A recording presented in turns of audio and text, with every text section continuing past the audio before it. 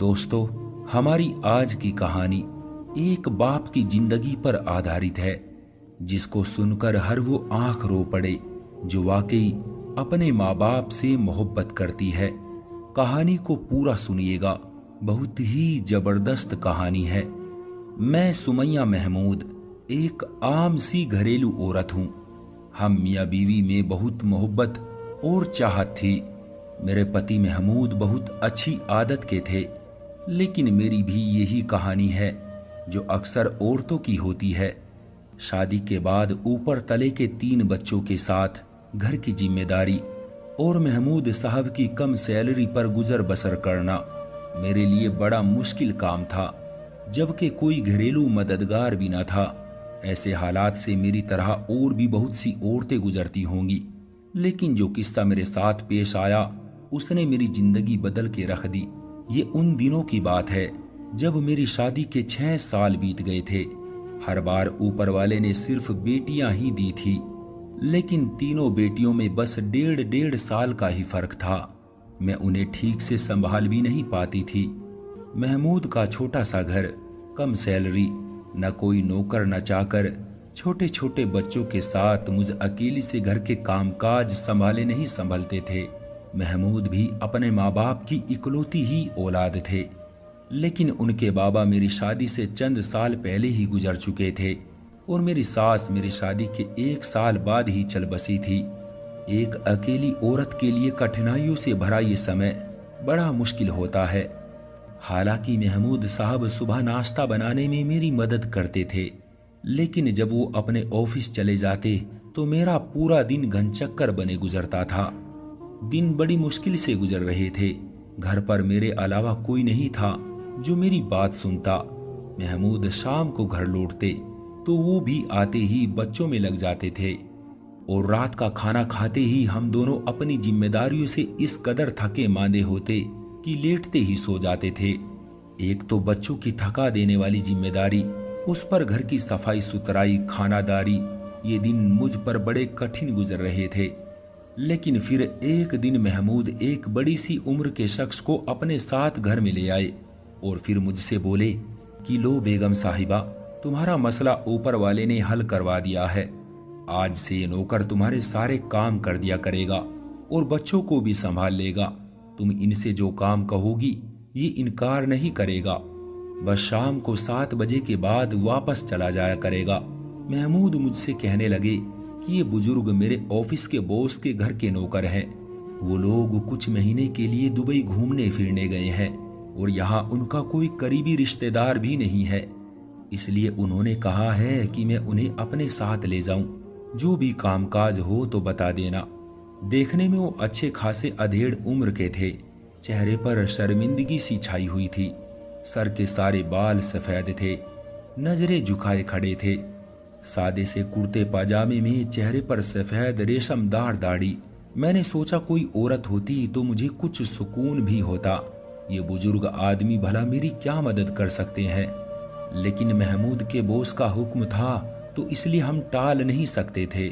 वो सुबह 8 बजे तक घर पहुंच जाते थे और शाम को 7 बजे के बाद वापस चले जाते थे। घर का कामकाज मैं उनसे क्या करवा सकती थी। हाँ, उनके आने से ये जरूर हुआ था कि बच्चे उनके साथ बहल गए थे और फिर वो छोटे मोटे काम कर देते थे। वो मुझे बिटिया कहकर पुकारते थे। मैं किचन में बिजी होती तो खुद भी किचन में आ जाते और कहने लगते कि बिटिया, मुझे चाय बनानी आती है और सब्जी भी अच्छी काट लेता हूँ। कोई काम हो तो बिना झिझक कह दिया करो। पुराना सा लिबास पहने, कांधे पर रुमाल लटकाए, वो गर्मी में माथे का पसीना पूछते हुए मेरा एहसास करने आ जाते। वो मेरे पिता की उम्र के थे। मुझे उन्हें काम कहते हुए भी शर्म आती थी। बड़े मियाँ, आप रहने दें। हम कौन सा अमीर हैं जो हमारा हुक्म पूरा करना आप पर जरूरी है। बस आप बच्चों को संभाल लिया करें और बाजार से सामान ला दिया करें। मुझे उनके आ जाने से बड़ी सहूलियत सी हो गई थी। बाजार की चीजें मैं उनसे मंगवा लेती थी और 7 बजते ही वो वापसी के लिए तैयार खड़े होते थे। फिर मुझसे इजाजत मांगते, बिटिया मैं जाऊं। जब मैं कहती हाँ जाएं तो कहते कि मुझे 10 रुपये दे दें। पैसे तो मेरे पास अक्सर होते ही थे। मैं रोज 10 रुपये उनके मांगने पर उन्हें दे देती थी। एक बार मैंने उन्हें 100 का नोट दिया कि रख लें, लेकिन बड़े मियाँ ने वापस कर दिए। कहने लगे, बेटा सिर्फ 10 रुपये लूंगा। मैंने बहुत कहा कि मैं अपनी खुशी से 100 रुपये दे रही हूँ, लेकिन उन्होंने इनकार कर दिया। कहने लगे, बस 10 रुपये ही लूंगा। मुझे उनकी ये बात कुछ अजीब सी लगी। 2 महीने गुजर गए थे, इसलिए मैं अब उन बड़े मियाँ से अच्छी खासी घुल मिल गई थी। किचन में जब मैं खाना बना रही होती तो बर्तन धोने लगते और कभी सब्जी बना देते। मैं अब उनकी मौजूदगी में भी किचन में काम करने लगी थी। वो मुझसे बच्चों के बारे में बात कर लेते थे। कभी सब्जी काटते हुए खाने की रेसिपी पूछने लगते। मुझे अब उनसे हिचकिचाहट सी महसूस नहीं होती थी। एक बार मैंने उनसे उनके घरवालों के बारे में पूछा तो एकदम से उनके चेहरे की मुस्कुराहट गायब हो गई थी। चेहरा टेढ़ा सा होने लगा और फिर मुझे गुस्से से देखने लगे। पहली बार मुझे उनसे डर सा महसूस हुआ था। मैं उनसे नजरें चुरा गई, लेकिन उन्होंने मुझे कोई जवाब नहीं दिया। बस मैं खामोशी से किचन से बाहर निकल गई। पहले तो मैंने सोचा कि मुझे क्या पड़ी थी कि उनसे उनके घरवालों के बारे में पूछूं। बेहतर है कि अपने काम से काम रखूं। खैर, अगले दिन उनका व्यवहार पहले जैसा था। फिर बातों ही बातों में वो अपने मालिक के किस्से सुनाने लगते, उनके बच्चों का जिक्र करने लगते। बिटिया क्या बताऊं, असलम साहब आदत के बहुत अच्छे हैं, मेरा बहुत ख्याल रखते हैं। असलम साहब के बच्चे अगर कभी चिढ़ जाएं तो ही बदतमीजी कर जाते हैं, वरना तो ठीक से बात करते ही हैं। बड़े मियाँ, असलम साहब की बीवी का तो कभी आपने जिक्र ही नहीं किया, वो कैसी है? मैं किचन में सलाद काटते हुए पूछने लगी। वो भी वही बैठे थे। एक ठंडी गहरी सांस ली, फिर कहने लगे, मिजाज की तेज है लेकिन अच्छी है। अब क्या करें, नौकर हैं तो नखरा क्या, हमें तो बस काम से मतलब है। वो लापरवाही दिखाने लगे। बड़े मियाँ, असलम साहब आपको तनख्वाह क्या देते हैं? मैंने सलाद प्लेट में सजाते हुए पूछा। वो कुछ पल के लिए मुझे गौर से देखने लगे। चेहरे का रंग फिर से बदल गया और इस बार भी उन्होंने कोई जवाब नहीं दिया, बस बात को टाल गए। मैं जरा बच्चों को देख लूं, ये कहकर वो किचन से बाहर निकल गए। एक बार वो बर्तन धो रहे थे। गर्मियां अपने जोबन पर थी, इसलिए उन्होंने अपनी आस्तीनें ऊपर को चढ़ा ली। आटा गूंद रही थी। जब मेरी नजर उनके हाथ पर पड़ी तो गहरे गहरे जख्मों के निशान थे। लग रहा था कि जैसे बुरी तरह से हाथ जला हो। बड़े मियाँ, ये कैसे जला था? वो ये सुनकर हड़बड़ा से गए। मेरा उनके हाथ को देखकर दिल दहल गया था। हड़बड़ाहट के मारे उनके हाथ से प्लेट छूटकर सिंक में गिर गई। फिर उन्होंने जल्दी से अपनी आस्तीनें नीचे की और फिर से बर्तन धोने लगे, लेकिन चेहरे पर एक घटा सी छाई हुई थी। न जाने क्यों मुझे उन पर कुछ शक सा होने लगा था। शाम के 7 बजते ही उन्हें बस वापसी की जल्दी होती थी। कई बार महमूद ने उनसे कहा भी था कि हमारे घर में एक कमरा मेहमानों के लिए खाली है, आप वहां आराम कर लिया करें या कुछ देर और रुक जाएं। लेकिन नहीं, वो यूं जल्दबाजी दिखाते जैसे कोई उनका इंतजार कर रहा हो। एक बार खुद ही बातों बातों में वो अपनी बीवी का जिक्र करने लगे। बड़ा ख्याल रखती है वो, जैसे तुम महमूद मियाँ का रखती हो। अल्लाह तुम दोनों की जोड़ी सलामत रखे, जुग जुग जियो, सदा सलामत रहो। बड़े मियाँ, आपको बड़ी अम्मा से बड़ी मोहब्बत है, तभी तो 7 बजते ही आपको जाने की जल्दी होती है। वो इंतजार में रहती होगी। मेरी बात पर एक उलझन सी उनके चेहरे पर छा गई। किसी गहरी सोच में डूब कर बोले, ठीक कहती हो बिटिया, मेरे इंतजार में ही होती है। मैं जरा भी लेट हो जाऊं तो दरवाजे पर फिक्रमंदी से खड़ी राह तकने लगती है। घर जाता हूं तो उसके पास बैठता हूं। पोते पोतिया आकर गले लग जाते हैं, हाथ चूमते हैं। दादा अब्बा कहकर मेरे दाएं बाएं बैठ जाते हैं। बहू आकर सर पर प्यार लेती है, पानी का गिलास पेश करती है, कहती है, अब्बा मियाँ खाना गर्म है, कहे तो लगा दूं, लेकिन एक तुम हो कि खाना खिलाए बिना जाने ही नहीं देती। मुझे उसे रोज इनकार करते हुए शर्म आती है। वो मेरे सर पर हाथ रखते हुए बोले, जैसे कोई बेटी से लाड़ में कहता हो।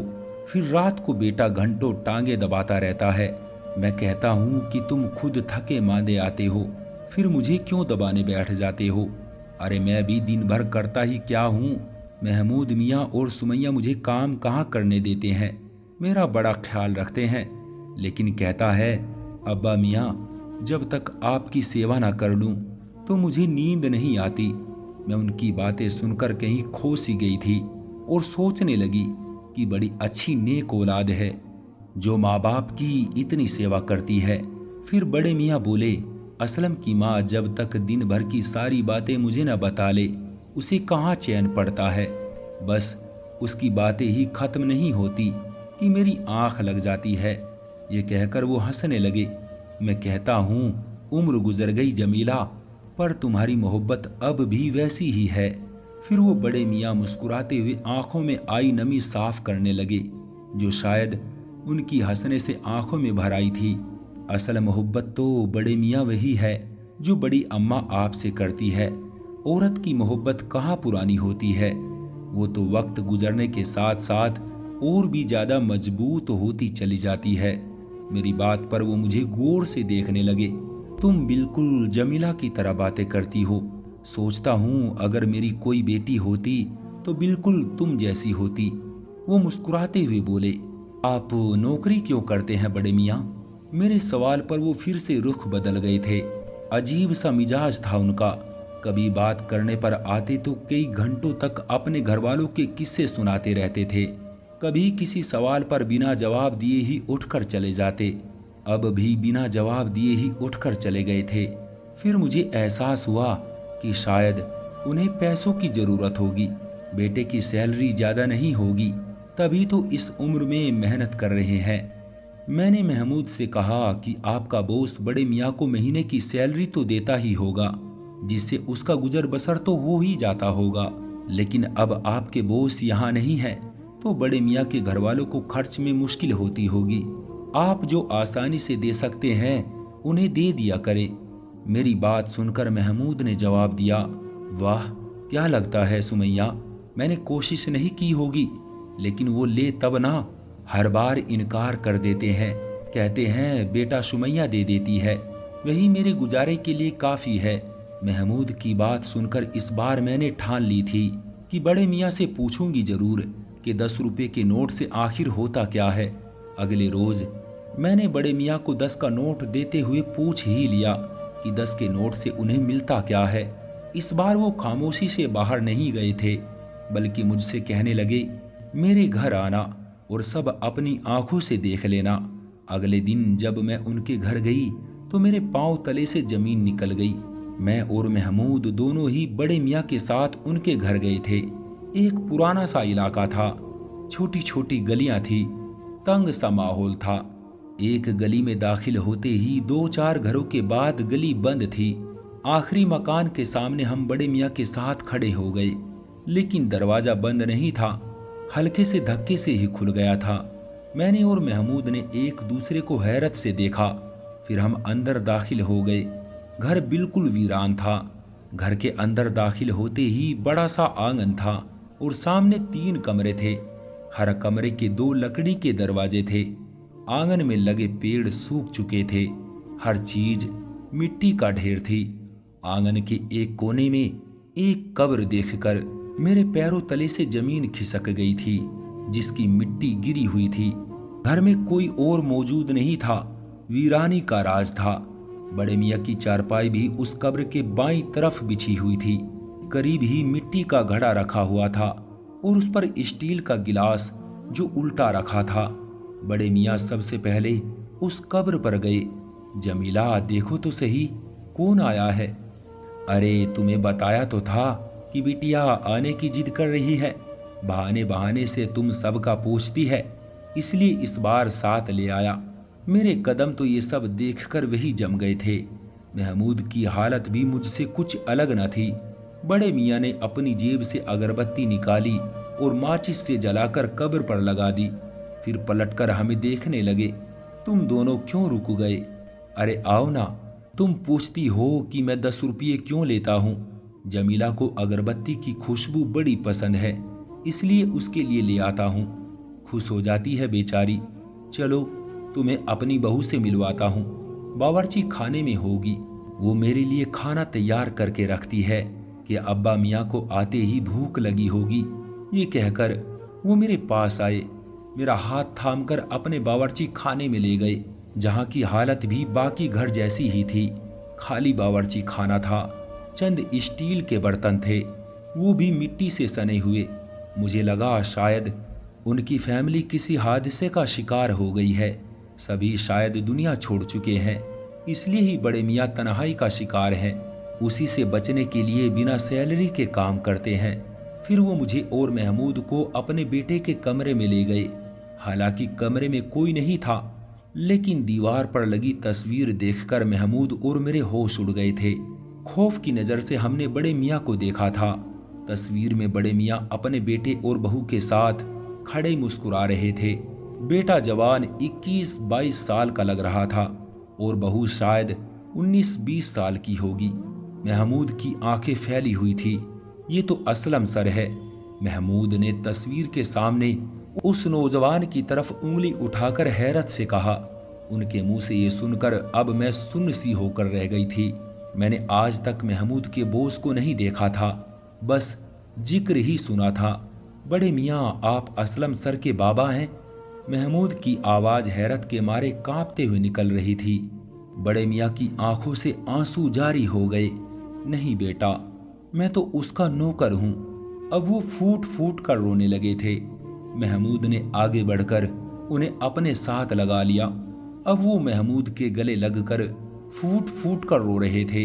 मेरी आंखें सब देखकर पथरा सी गई थी। मेरा घर बार, मेरा सब कुछ बर्बाद हो गया है बेटा।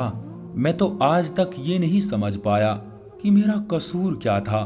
मैंने तो हमेशा अपने माँ बाप की सेवा की थी, बेटे की अच्छी परवरिश की खातिर, उसे अच्छी शिक्षा दिलवाने की खातिर। खुद पर नींद चैन सब हराम कर लिया था। शुरू से ही मैं रफी साहब के घर नौकर था। उस वक्त मुझे रोज 10 रुपए तनख्वाह के मिलते थे। उससे मेरा घर अच्छा चल रहा था। मेरी ड्यूटी रात 8 बजे तक की थी। असलम छोटा था। मेरी बीवी पूरा दिन घर में मेरे माँ बाप की सेवा में गुजार देती थी। कभी इतनी हिम्मत भी नहीं कर पाई कि मेरी माँ के किसी काम को इनकार करती या मेरे बाप को आंख उठाकर देखती। बस सर झुकाए दिन रात सास ससुर की सेवा में गुजार दिए। मैं 9 बजे तक घर लौटता था, अपने बाबा की टांगे दबाकर। माँ की दिल की बातें और शिकवे सुनकर बीवी के पास जाने की बारी आती थी। बस वही 1-2 घंटे की हमारी अपनी जिंदगी थी। हम हंसते थे, बातें करते थे।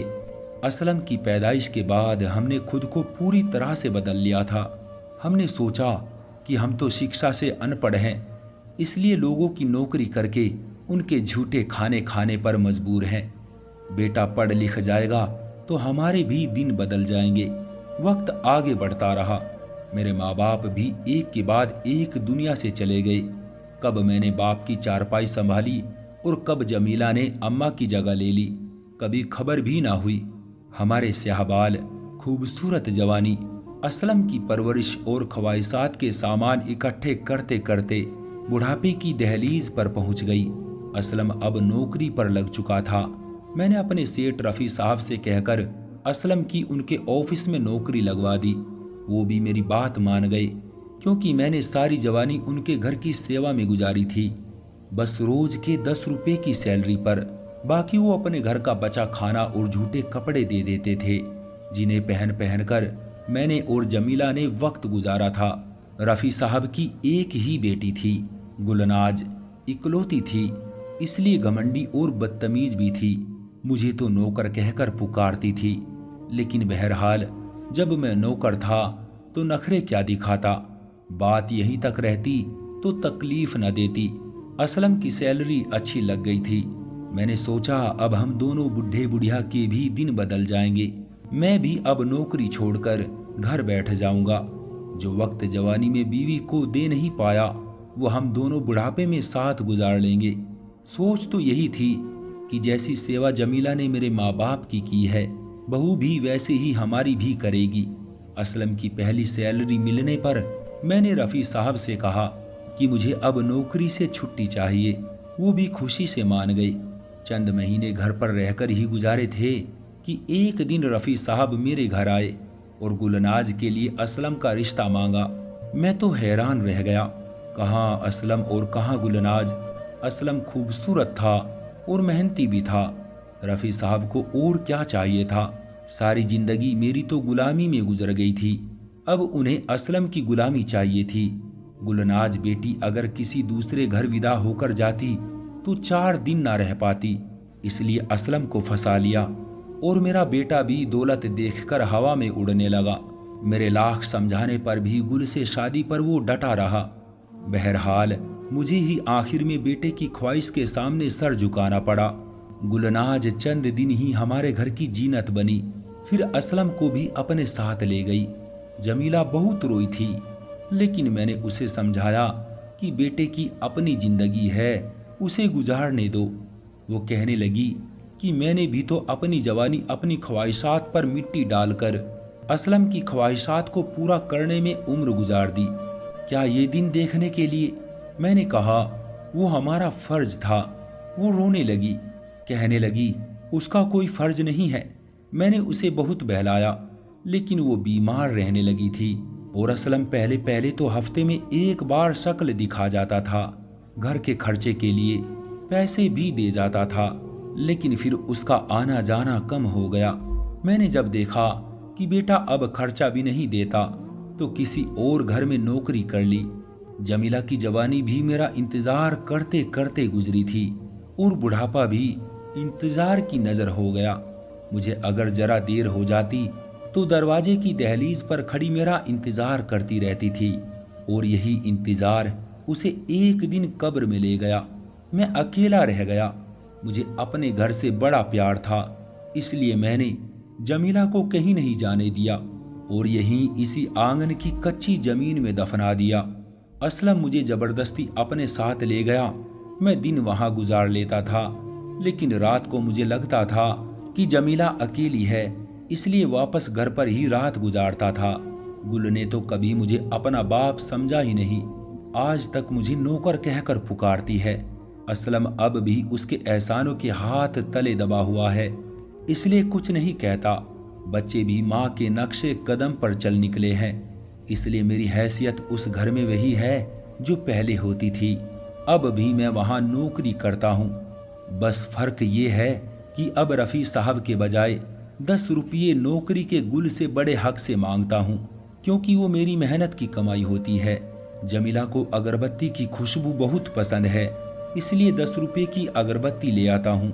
सोचता हूँ सारी जिंदगी जिस औलाद की ख्वाहिश पूरी करते करते गुजार दी, उसके पास 2 घड़ी मुझे देने के लिए नहीं है। यहाँ तक कि वो शर्म के मारे मेहमानों के सामने भी मुझे नौकर कहकर पुकारता है। मुझे दुख नहीं होता, क्योंकि जिंदगी नौकरी करते ही गुजरी है, फिर नौकर कहलाने में कहाँ की शर्म। अब जमीला को वक्त देने का वक्त आया तो उसका वक्त पूरा हो चुका है, लेकिन फिर भी उसके पास बैठता हूँ, बातें करता हूँ। अपनी जिंदगी से कोई शिकायत नहीं मुझे। बड़े मियाँ की बातें हम दोनों मियाँ बीवी ने आंसू बहाते हुए सुनी थी। रो रो कर मेरी हिचकी बंध गई थी। ये कैसा जुल्म था और कैसी अंधेर नगरी थी। इतने बड़े घर में नौकरों की कौन सी कमी थी जो एक ससुर की सेवा नहीं की जा सकती थी। दोस्तों, ये कहानी कोई नई नहीं है, बहुत से घरों में यही तो हो रहा है। कई माँ बाप के साथ औलाद ऐसे ही जालिमों की तरह सलूक करती है। तो दोस्तों, उम्मीद करते हैं हमारी आज की कहानी भी आपको पसंद आई होगी।